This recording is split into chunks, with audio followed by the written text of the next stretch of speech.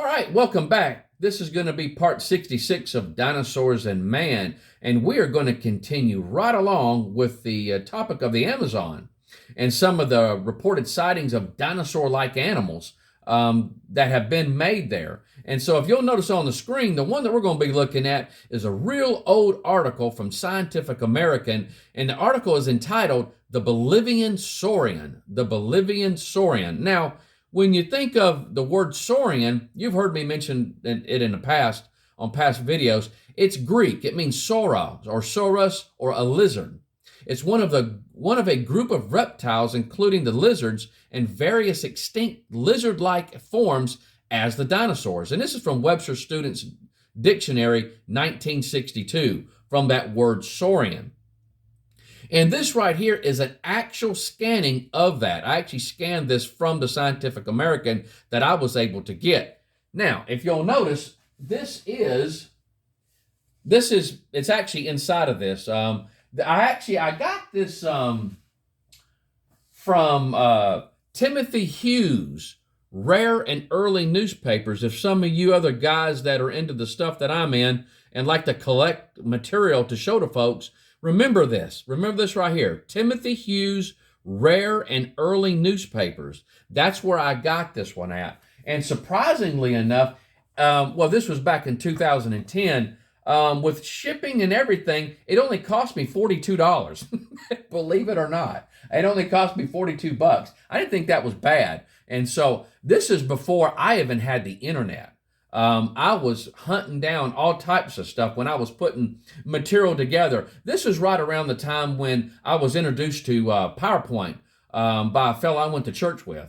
And he came to the house and introduced it to me. And guys, it changed everything. And so now, even presently, you're seeing the results of that meeting with that gentleman. And so, but I was collecting all types of stuff to put in a digital format, and I didn't have to carry around so much stuff. All I had to have was just a little thumb drive for the most part and my computer. But this right here, the way they package it is superb, man. They really take care of this. And so, but you open it up, and there is the Scientific American right there. That's it.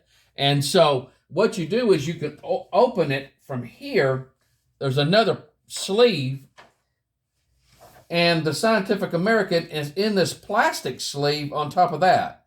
And now I do have part of the Scientific American out, but because for time's sake, I'm going to have to leaf through that thing to actually find where that article is. But this is the actual Scientific American from 1883, July 1883. And this is the actual one. So I do have it. I can verify that article does exist. And so, but it's a little small article. It's not like a couple pages or a whole page. You can see how big this thing is. I mean, it's gigantic. But if you'll notice on the screen, this is a scan that I made of that article, and we're going to go through this.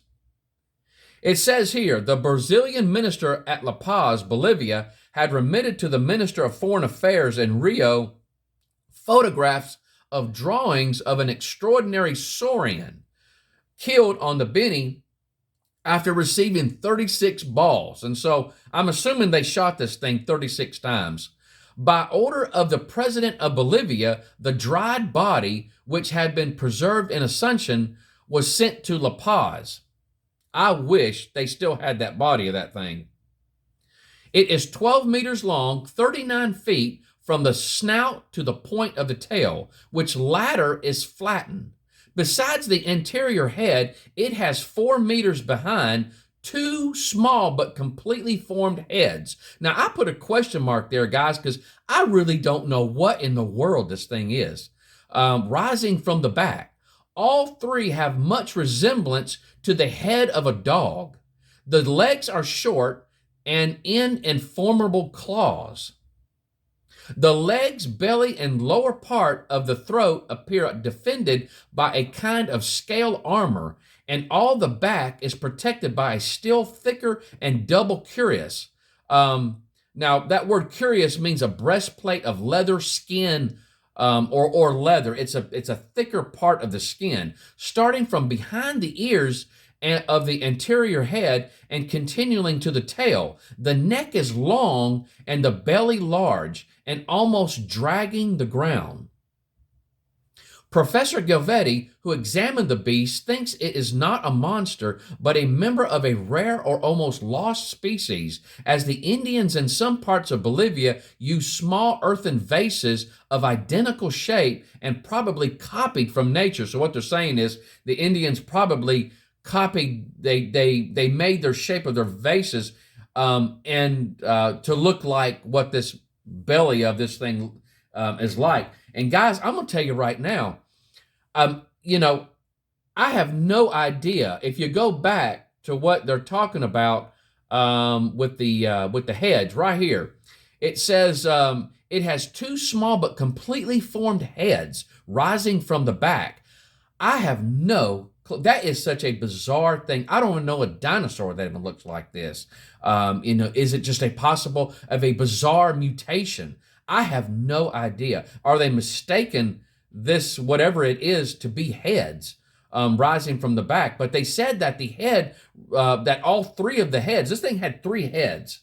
From what I'm gathering here, it resembled the head of a dog. I mean, absolutely just bizarre. Now, going back to that curious or that thick skin, now I'm going to real briefly mention these items called the ichthyostones. If you'll notice, I have one here. This is not a real ichthystone. This is just a copy that I was able to purchase. But if you'll notice on there, it looks like there's a T-Rex or a biped dinosaur with the arms, and it's got a guy. It's got a man. And you can see him. He's holding him. Well, they have found, or supposedly, they have found, I want to say thousands of these things, guys. I mean thousands. And a lot of them depict dinosaurs on the stones. Sometimes they're actually doing surgery or medical stuff, or they're looking up in the sky. There's all different types of things. I believe they've got some where people are riding the dinosaurs. And so almost like they're domesticated, making them do work. And you guys, I'm going to tell you this right now. I'm not satisfied with all of the evidence for these things. There's some questions on some of them if people are making them or faking them just to sell them. And that's one of the problems with evidences like this. Whenever you got a group of people that are interested in real authentic evidence, and even willing to buy reproductions like I did on this one. All this is just a reproduction. I've got another one, but this one, I wanted it just to have so I could show people. It really hurts good research. And so because you got people that are willing to fake evidence to make money. And so now I'm not saying that all the ichthyostones that they found are fake. I was able to talk with Vance Nelson, who wrote The Dire Dragons and the Untold Secrets of Planet Earth. And I was able to talk to him, and he said that he believed there are a few that are pre-Columbian that are legit. But he's not satisfied that they're legit either, that all of them that have been found are legit or claiming to be found are legit. And so, I'm on the same fence with that. And so there is an article that I'm going to share with you in just a minute, but I'm going to do some more research into this. And I want to be fair before I actually say this is legit stuff that you can show. But I do want to show you some things that was on this article from Scientific American that are on these ichthyostones, at least some of them, that some of the descriptions that could be something to it. There could be something to it. Well, if you'll notice on the screen here, it said in the article that there was a thicker and double curious. Now, if you'll notice on some of these ichthyostones, now these are legit. These right here are supposedly legit stones. And if you'll notice on the backs of these animals, there appear to be something else on the back. Is this a thicker skin? Are they trying to portray that these animals have a thicker skin on the back of them? It is quite possible. And so another thing that you'll notice, now this is from supposedly a mummy This was some clothing that was found on it. If you'll notice, now they believe that this could be a dinosaur type of animal, probably like a hadrosaur type of animal, a duck-billed dinosaur. But if you'll notice, notice the circles on the back of it. The circles on the back. Now, they have actually found dinosaur skin on the bottom. This is just a drawing of that dinosaur skin that had circle patterns in the dinosaurs, dinosaur skin. So, they have found things from the past, artifacts, that do show certain descriptions of what could be dinosaur or dinosaur-like animals that do match some of the things that they have found in dinosaurs or some of the preserved skin that have been on dinosaurs. And so if you'll notice also on these ichthyostones, they are portraying circles in the skin.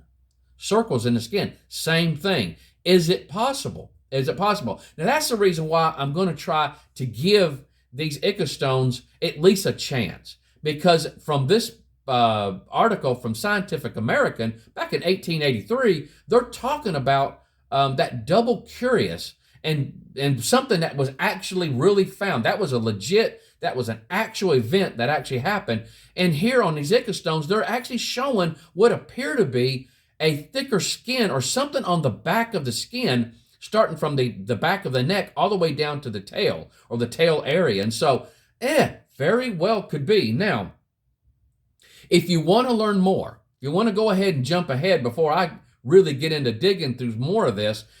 This is a book by Dennis Swift called The Secrets of the Ichthyostones and the Nazca Lines. And so you can learn more if you want to